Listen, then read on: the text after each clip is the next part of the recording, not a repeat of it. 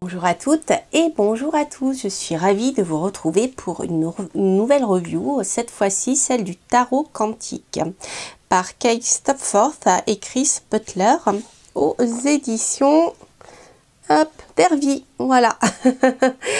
Donc il s'agit d'un tarot qui en fait porte le nom de tarot, mais c'est pas exactement un tarot déjà parce que ici nous avons 84 cartes. Et il se base sur les énergies quantiques, pardon.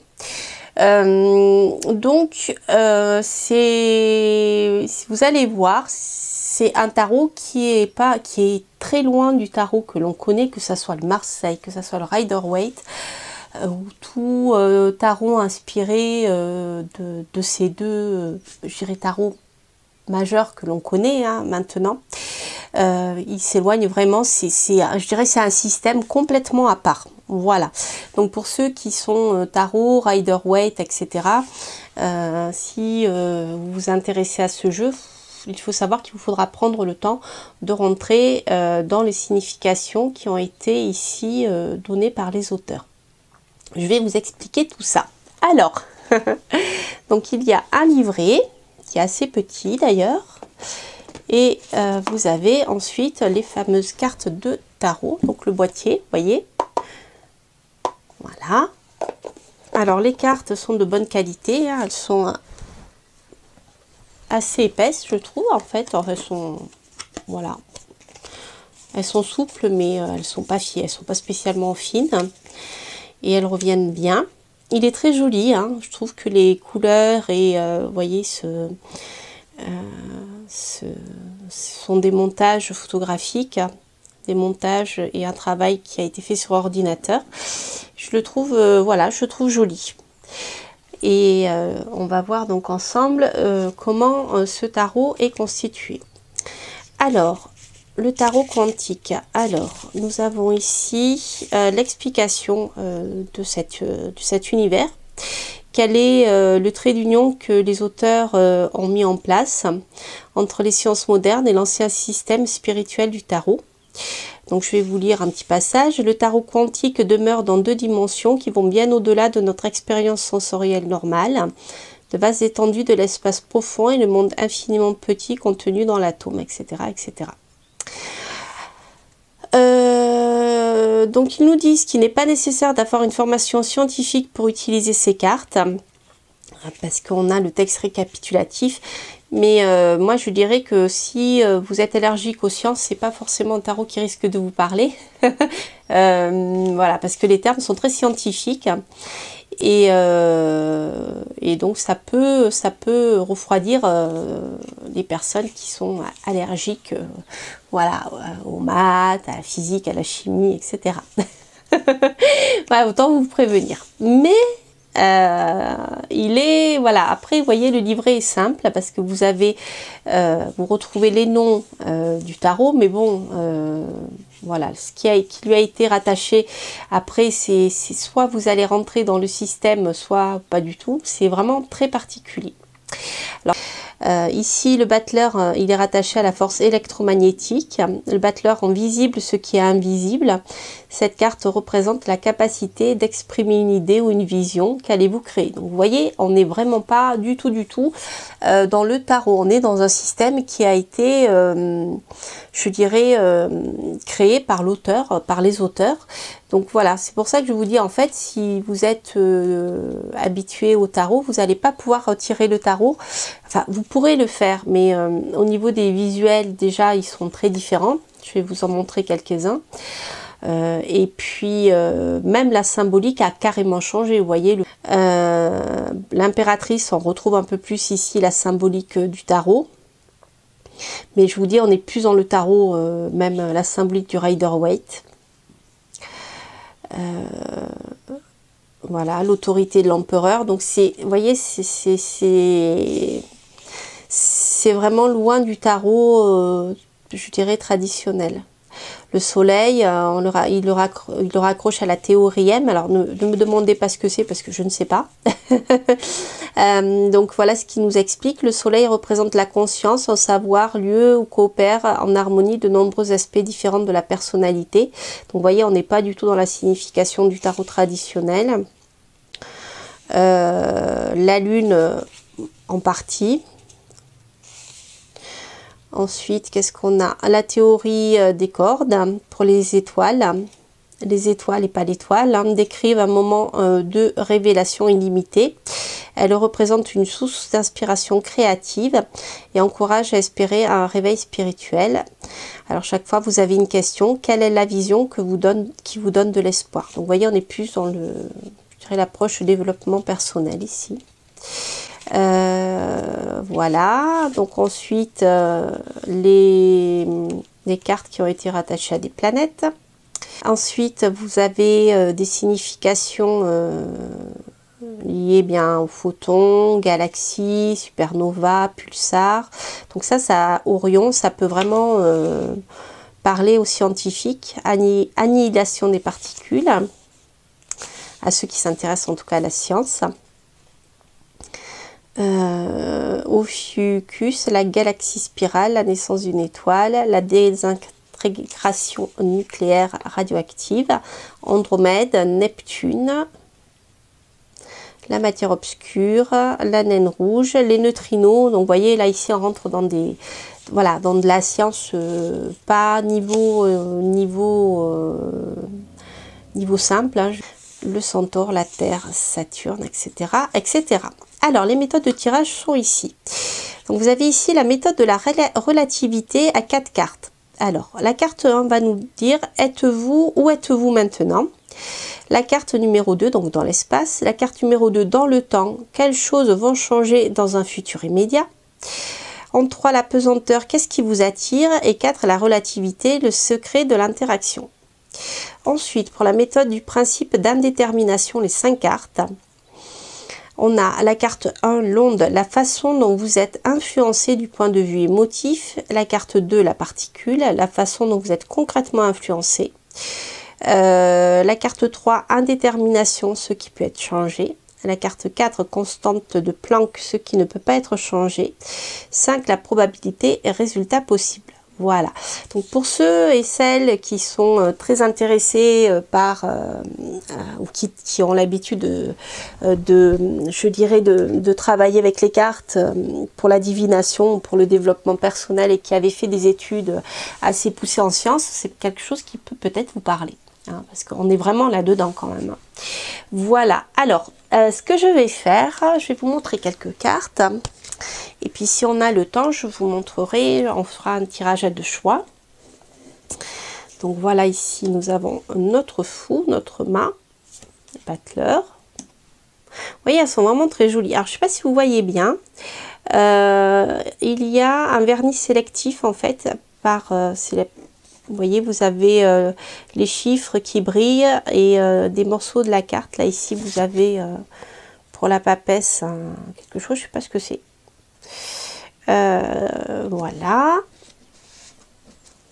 impératrice. Je trouve les cartes sont vraiment très très belles. L'illustration est magnifique. Pape, l'empereur. Donc vous voyez, même dans la symbolique du ici l'empereur, on n'est pas dans l'empereur, on a les clés. On n'est pas dans... pas dans l'empereur, c'est le pape, excusez-moi. Ouais, l'empereur, il est là, c'est ça. Ouais. L'empereur, vous voyez, en vernis sélectif, ici, on a l'aigle de la carte de l'empereur. Je ne sais pas si vous voyez bien. Ouais, c'est vraiment un super travail. Donc là, ici, on a les 2 clés... mais on a l'empereur sur Terre, on n'a pas le pape. Vous voyez l'empereur, le pape, pardon, le hiérophante, on n'a pas, comment dire, cette connexion à la partie spirituelle, puisqu'on a un empereur en fait, même si le roi ressemble fortement à Louis XIV, même Louis XVI plutôt.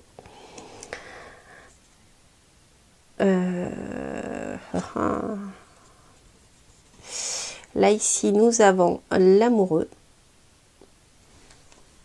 Donc, on retrouve notre Cupidon et puis amoureux. Enfin, il est vraiment beau, hein. Je le trouve magnifique. 7, le chariot, on a Einstein avec E égale MC2. Et après, donc ici, on est dans le système du Rider-Waite avec la force en 8. Ici, on a l'ermite, la roue. La roue est très, très belle, je trouve. Donc la force, la justice en 11.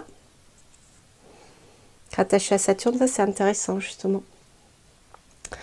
Donc on a le pendu. Je les trouve vraiment, vraiment très très belles ces cartes. 13, vous voyez, l'arcane sans nom. Elles sont magnifiques. Mais bon voilà, après la symbolique, c'est autre chose. 14 pour la tempérance. Donc là, il y a certainement des codes, des références à la partie qui a été rattachée sur le plan scientifique. Le diable, il est beau. J'aime beaucoup ces vernis sélectifs qui ont voilà, la maison Dieu. Ici, on retrouve une partie de la symbolique, l'étoile, la lune, le soleil, le jugement, le monde. Donc voilà pour les arcanes majeures. Pour les arcanes mineures, ici on a ici ça doit être ah oui, je crois que les noms ont été, je ne vais pas vous dire de bêtises, mais ah oui, ça ce sont des cartes supplémentaires en fait. Que les arcanes majeures, ils commencent ici, vous voyez, avec l'as de coupe, hein, le 2 de coupe. Et après, vous voyez le 3 de coupe. Le 4 de coupe. Alors parfois, on retrouve une symbolique du Rider-Waite et parfois, c'est un peu plus abstrait. Le 5. Vous voyez. Le 6. Le 7 avec le choix. Alors parfois ça parle pas mal, puis des fois c'est un peu plus lointain, mais elles sont vraiment magnifiques. Hein. C'est très très beau le travail visuel qui a été fait. Vous voyez le 8 de coupe, on part vers de nouvelles aventures. Le 9 de coupe. Et le 10. Et là, on a alors, ça c'est l'équivalent du valet, puisqu'on a des références au jeu d'échecs. Le cavalier,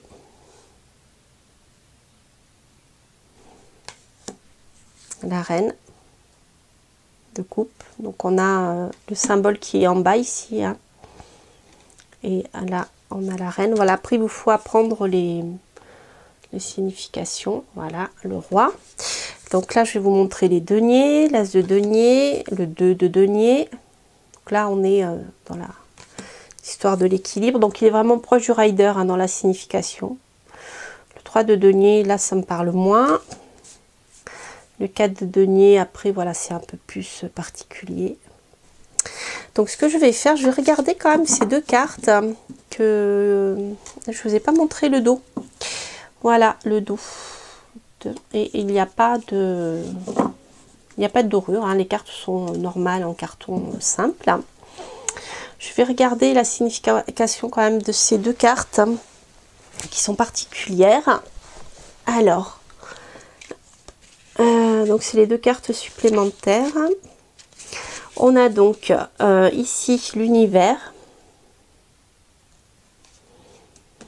L'univers est une vibration supérieure du monde. Notre esprit est prêt à accueillir l'infini.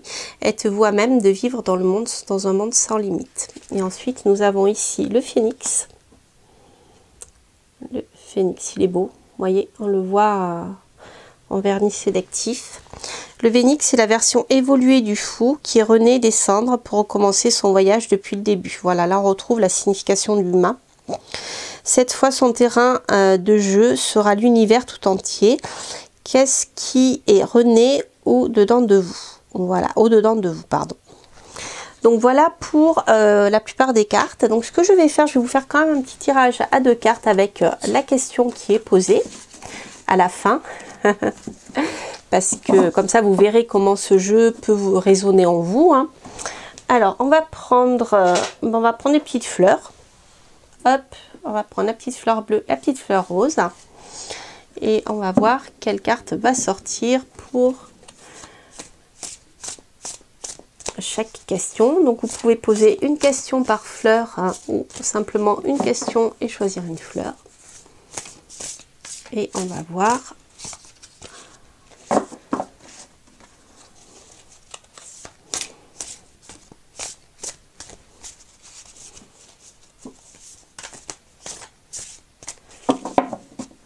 Ce qu'il en est. Alors, on va voir pour la petite fleur rose et pour la petite fleur bleue. Alors, nous avons ici, pour ceux qui ont choisi la petite fleur rose, oh, vous avez l'étoile là. L'étoile, l'étoile. Alors, voyons voir ce que le tarot quantique nous dit. Les étoiles. La théorie des cordes. Les étoiles décrivent un moment de révélation illimitée. Elles représentent une source d'inspiration créative et encouragent à espérer un réveil spirituel. La question, quelle est la vision qui vous donne de l'espoir? Voilà, pour la partie développement personnel. Ensuite, pour la petite fleur bleue, nous avons ici le 5 de bâton, apparemment. 5 de bâton. Le 5 de bâton. L'annihilation de particules. Le 5 de bâton représente un conflit animé, une lutte stimulante à même d'offrir d'innombrables possibilités créatives. La question, quelles sont les potentialités créatives qui émergent du conflit? Voilà. Voilà comment vous pouvez aborder ce tarot qui est vraiment très très particulier. Qu'est-ce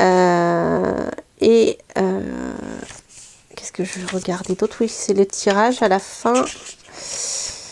Voilà, oui, je vous avais montré les méthodes tout à l'heure. La méthode de la relativité à 4 cartes et le principe d'indétermination à 5 cartes qui vous permet voilà, d'aborder ce tarot de manière plus poussée sur le plan du développement personnel en fait. Déjà, vous voyez, avec une carte, vous avez une question qui peut être sympa, donc vous pouvez tout à fait tirer le tarot sous forme d'oracle, le matin au réveil ou le soir au coucher, et réfléchir à la question qui est amenée par cette carte. Voilà, chers amis, bah, écoutez, j'espère que ce tarot très très original, ma foi, vous aura parlé. Il s'agit donc du tarot quantique par Kay Stofford et Chris Butler aux éditions Derby. Voilà, je vous embrasse. N'hésitez pas bien sûr à vous abonner si vous passez par là, à liker, à commenter si ce jeu résonne en vous. Et je vous dis à très bientôt pour une prochaine review. Portez-vous bien. Bye bye.